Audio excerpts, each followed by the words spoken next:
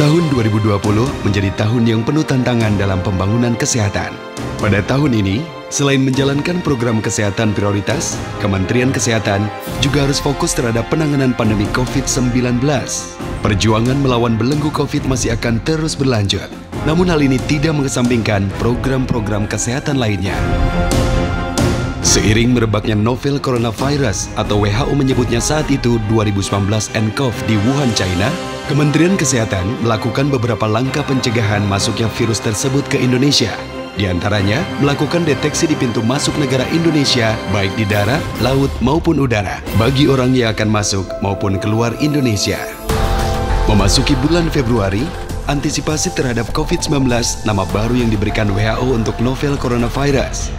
Kementerian Kesehatan terlibat dalam memulangkan 238 WNI dari Wuhan dan diisolasi di Pulau Natuna, Kepulauan Riau. Pada bulan-bulan berikutnya, para pekerja pelayaran yang berjumlah 23.000 orang juga dipulangkan, termasuk kru kapal pesiar Diamond Princess dan World Dream yang kemudian diisolasi di Pulau Sebaru, Kepulauan Seribu.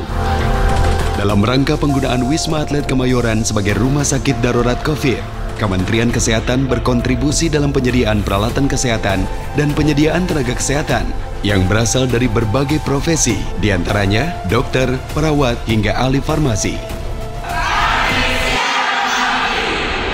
Di bulan April, dalam rangka memenuhi kebutuhan APD untuk penanganan COVID-19, Kementerian Kesehatan melakukan relaksasi perizinan dan pendampingan UMKM serta membeli hasil produksi mereka. Saat ini, hasil produksi APD dalam negeri mencapai belasan juta per bulan. Jumlah produksi ini melebihi kebutuhan dalam negeri, sehingga kita bisa melakukan ekspor. Atas kerja keras tenaga kesehatan dalam penanganan COVID-19, pada bulan Mei Kementerian Kesehatan mulai menyalurkan insentif. Insentif diberikan kepada ribuan tenaga kesehatan yang bekerja di fasilitas kesehatan rujukan milik pemerintah pusat, rumah sakit TNI Polri, rumah sakit BUMN, kantor kesehatan pelabuhan, dan rumah sakit darurat. Total anggaran insentif yang dikeluarkan selama periode Maret hingga Oktober 2020 telah mencapai 3,8 triliun rupiah. Selain itu juga telah diberikan santunan sebanyak 36,6 miliar rupiah bagi tenaga kesehatan yang gugur. Kami mengucapkan terima kasih atas nama seluruh Residen kepada Bapak Menteri dan Pak Presiden dan seluruh rakyat Indonesia atas insentif yang telah diberikan kepada kami. Semoga uang ini dapat digunakan oleh kami sebaik-baiknya dan tetap saja kami berharap bahwa pandemi COVID ini semoga cepat berlalu. Kegiatan tracing, testing, dan treatment juga terus ditingkatkan. Terbukti, dari hanya ratusan di bulan pertama, kini rata-rata lebih dari 30.000 spesimen diperiksa setiap hari.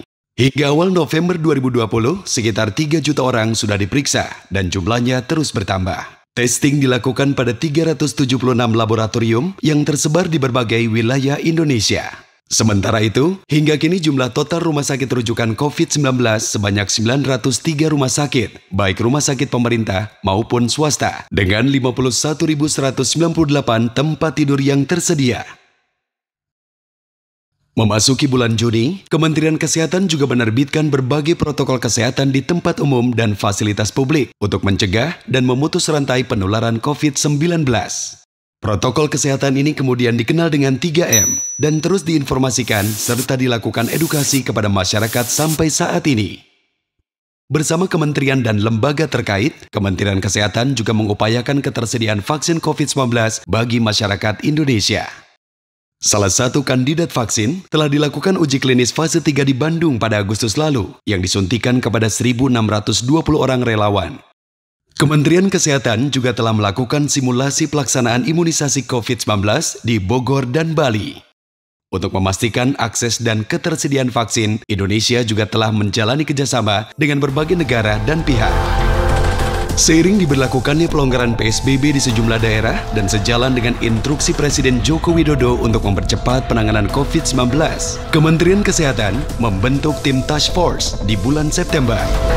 Tugas tim Task Force adalah menurunkan angka kasus positif, menurunkan angka kematian, meningkatkan angka kesembuhan, melakukan sinkronisasi data, dan meningkatkan kapasitas rumah sakit.